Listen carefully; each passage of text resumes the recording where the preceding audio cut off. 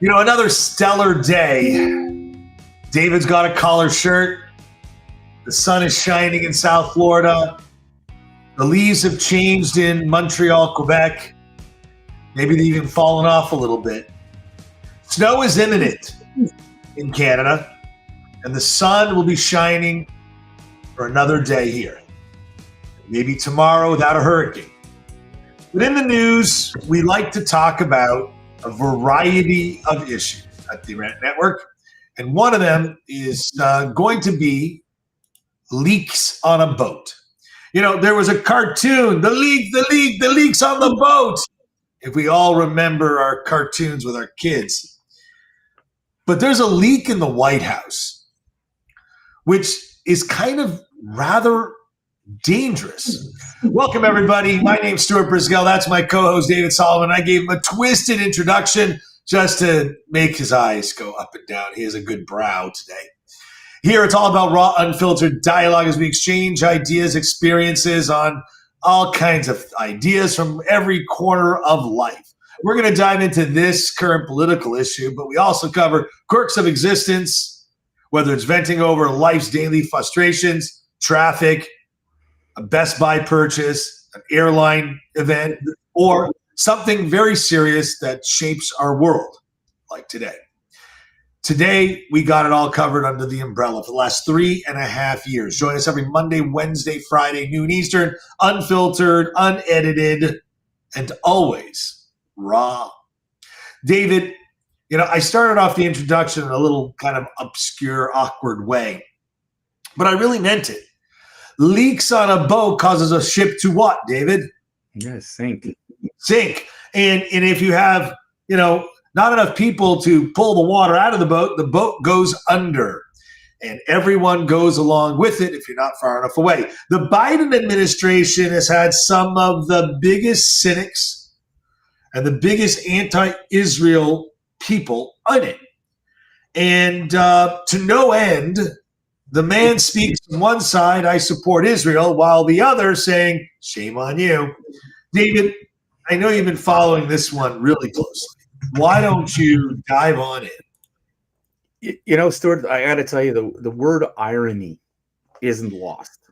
Man who wants to keep saying he supports Israel and then, like you said, throws Israel under the bus and then watches Israel sink.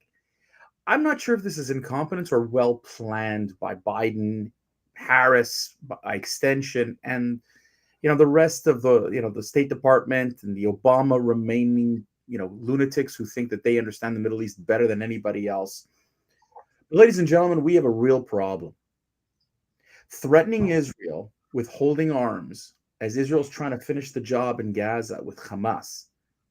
And what was leaked in the documents yesterday what was sent to Defense Minister Gallant and Strategic Minister Demner, threats and implications, as I'm reading this on my screen from the Biden administration, that says that if certain conditions aren't met within 30 days, severe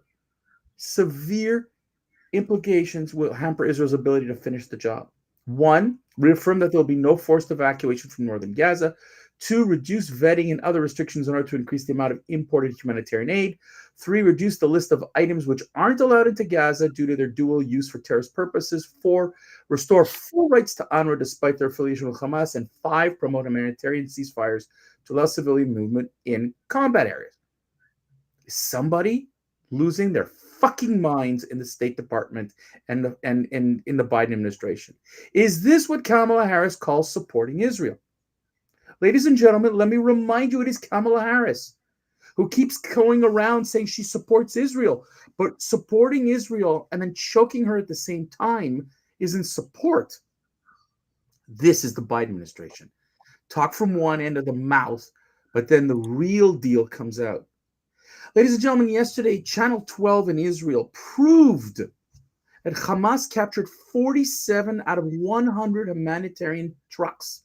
There was 8 trucks that went into Gaza. They're using it to resell in black market to make money, to pay terrorists. Where's the Biden administration to twist Qatar's arm, to twist Hamas's arm? Sinwar has absolutely and categorically refused.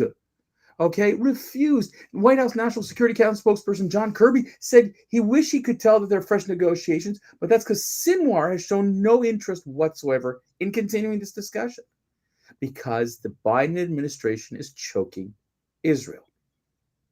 This is what Hamas, Hezbollah, and by extension, Iran is waiting for. They're rubbing their hands. They're biding their time so that Biden gets out months, 3 months, and Kamala Harris would do worse, would kill Israel. If they can last 3 more months, think of the absolute damage that they could cause to Israel. Is this the Biden administration's ploy? Is this Kamala Harris's strategy for Israel? Taking a legitimate democratic state and destroying her from within? Genius move. Or is it the opposite?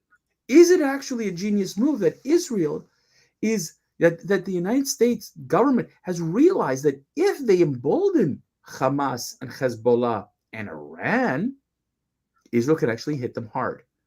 It's a pretense because Israel just got fresh new defense technology from the United States. So what is it, folks? Because international pressure on Israel is excessive. First, you've got French President Macron, who has literally yelled and screamed at Israel, demanding an arms embargo on Israel. And he said, lest Netanyahu forget that his country was established by a UN resolution. Excuse me, President Macron, let me ask you this question. Why are we in this situation in the first place? Because you refuse to stand up to the terrorists. You're the one in your country who supported UN resolutions against Israel. Stuart, in the United Nations, and I'm sidetracking just a little bit, the United Nations has one agenda item regularly to handle international affairs and one agenda item just on Israel. I'm trying to understand in what world Macron has the right, the arrogance, and I know French people who are from France are listening saying, screw Macron because he's an idiot. But unfortunately, he's a power. And these powers are continuing to make statements and statements that are in favor the terrorists. There is no, Stuart, I'm going to throw this back at you. Could you imagine 9/11? And I know we say this again and again, and I'm just going to repeat it again.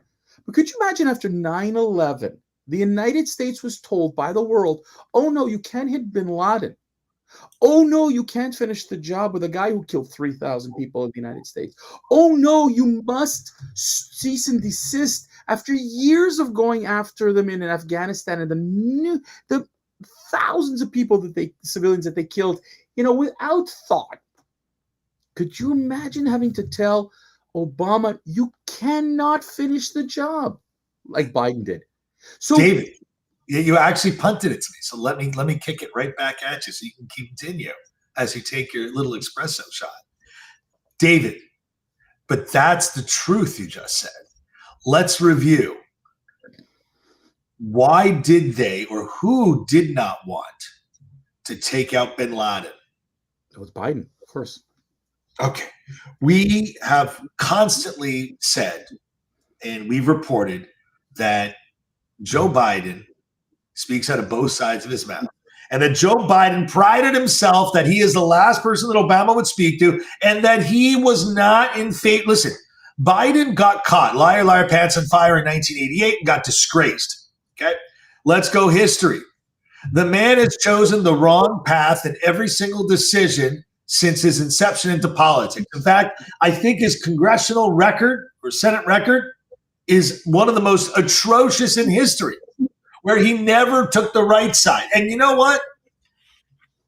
I can't say that about Nancy Pelosi or Chuck Schumer. How about that? Because they voted against the border bill, but Biden wants it. Biden has always chosen the wrong thing. And Kamala Harris exacerbates Biden's historical choices. David, sorry. butt back to you. No, but your point is exactly correct. But I know here's my point. I get it. But here's here's the thing. Kamala Harris is campaigning, appealing to, people. Trust me. I know what's best for you. The arrogance. I know what's best for you. We in the Democratic Party, we know what's best for the world.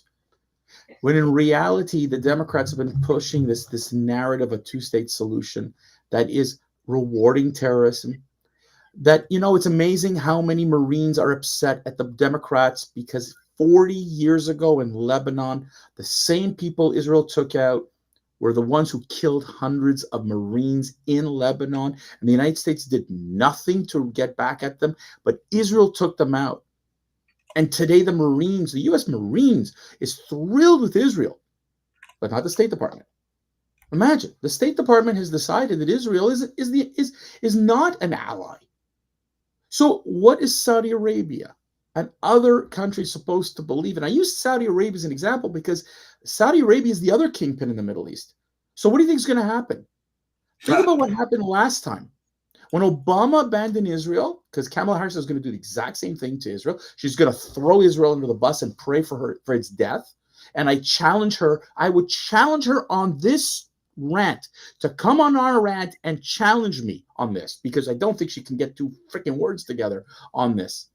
But she could not prove herself that she's a friend of Israel, because she showed that she abandoned Netanyahu when he came to the United States, when he addressed Congress. Okay, which is a message in itself. When she rebukes him like a child, like a parent to a child. Netanyahu is a 70-something-year-old, seasoned veteran, also served in the Israeli military, lost his brother to terrorists in a terrorist attack, and yet she has the audacity to tell him how to act. This is the Democrats. This is Kamala Harris. And you know what's going to happen? Israel's going to find new allies, just like they did with Obama. And while Russia and China abandon Israel, Israel will find other allies. And the United States, once again, will be caught with their hand between their legs. Israel does not listen to people who wants the country to disappear. And that's what Kamala Harris wants. Folks, in the ballot box, as you go there today, and you go there for the next 3 weeks, remember who is your ally. And right now, if you are a supporter of Israel, Kamala Harris isn't your supporter. She does not want Israel to survive because she is arming and abating the terrorists. She is helping Iran. She's not helping Israel. David, but this isn't news. We've been saying this. It's not news. It's just another. Listen, October 7th. I mean, Stuart, but Stuart, you know what? And I'm sorry, I'm just going to throw this one back at you like this. How many more times can I hear people say, "Oh, I can't vote for Donald Trump"? I'm reminding you people that this is a choice. It's not the best of two choices. But to sit here and to say I have to vote for Kamala because she's black, because she's a woman, what does she stand for? Or what does she not stand for? And what has she lied about? And she has lied numerous times about her support for Israel. Oh, hang on a second. Kamala Harris hasn't lied. She just hasn't spoken the truth. Oh, God. Stuart, listen, she is not a friend to the allies. If you don't listen to Kamala, you're an enemy. That's what this is. People within her own administration have said that. Many have quit her own administration. If she was Donald Trump, if she was a Republican, there'd be 77 books written about her administration and how people leave. The same way people wrote about Trump in 2020 and beyond, there'll be scores of books written about her, but they get kiboshed because the Democrats don't want you to know the truth.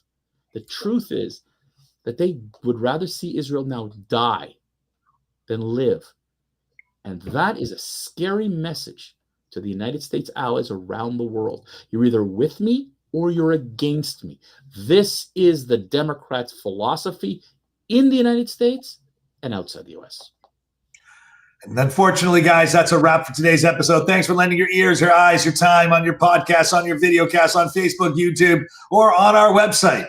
We appreciate you hitting the subscribe button. Without it, social media sort of tends to block left, right of center. Anyways, every Monday, Wednesday, noon Eastern, we're here for you for the last 3.5 years, clicking towards 4 every single day. Keep up, again, coming up towards the end of the year, we'll do a recap. Going forward, we'll grab the issues that you don't want to know or haven't heard about because it's just not there. Whether we're discussing Russia's attack on the world, whether they're taking ammonium nitrate, wheat, Israel, United States, or we're talking about what we experience. It's all covered under the rant umbrella. David, time to say goodbye to our friends and family all over the world. Say goodbye.